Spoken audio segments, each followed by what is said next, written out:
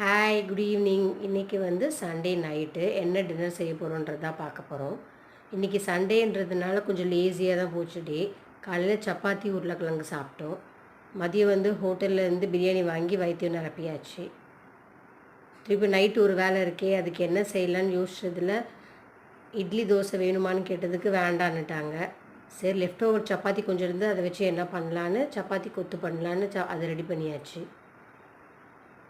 என்ன செய்கிறதுன்னு யோசிப்போம். ஏதாச்சும் ஐடியா சொல்லுங்கன்னு கேட்டால் யாரும் சொல்கிறது கிடையாது. ஏதாச்சும் செஞ்சு வச்சுட்ட பிறகு இதையே ரிப்பீட்டாக செய்கிறீங்களேன்னு சொல்லுவாங்க.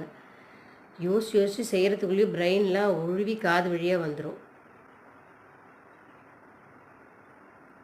இது ஈஸியான ரெசிபி தான். நம்ம லெஃப்ட் ஓவர் சப்பாத்தி இருந்துச்சுன்னா எப்பயும் மாதிரி கடுகு உளுந்து தாளித்து வெங்காயம் தக்காளி வதக்கி மிளகாத்தூள் மஞ்சத்தூள் உப்பு கரம் மசாலா கொஞ்சம் பெப்பர் போட்டு நம்ம பண்ணிட்டோம்னா ரொம்ப ஈஸியாக இருக்கும், ஃபாஸ்ட்டாகவும் ரெடி ஆகிடும். கடைசியில் அந்த எக்கு போட்டு நல்லா புர்ஜி மாதிரி பண்ணி அதுக்கப்புறம் சப்பாத்தி ஆட் பண்ணிக்கலாம்.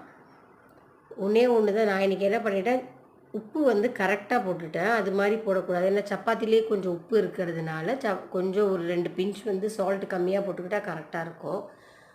பட் எனக்கு மட்டும் தான் கொஞ்சம் சால்ட்டியாக இருந்த மாதிரி இருந்தது, மற்றவங்களுக்குலாம் கரெக்டாக இருக்குதுன்னு சொன்னாங்க. ஸோ அதை மட்டும் நம்ம கொஞ்சம் பார்த்து பண்ணிக்கணும். இது மாதிரி உங்கள்கிட்டயும் ஈஸியான குயிக் டின்னர் ரெசிபீஸ் இருந்தால் கண்டிப்பாக ஷேர் பண்ணுங்கள். நானும் அதை பண்ணி பார்க்குறேன் வீட்டில். என் சேனலில் பார்க்குறவங்க கண்டிப்பாக கொஞ்சம் சப்ஸ்கிரைப் பண்ணிடுங்க. ஆல்ரெடி சப்ஸ்கிரைப் பண்ணியிருந்தீங்கன்னா ரொம்ப தேங்க்யூ. ஸோ இதுதான் எங்கள் நைட்டு சண்டே டின்னர். நீங்கள் என்ன டின்னர் பண்ணீங்கன்றதையும் கண்டிப்பாக கமெண்டில் போடுங்க. நெக்ஸ்ட் வீடியோவில் உங்களை மீட் பண்ணுறேன். பாய்.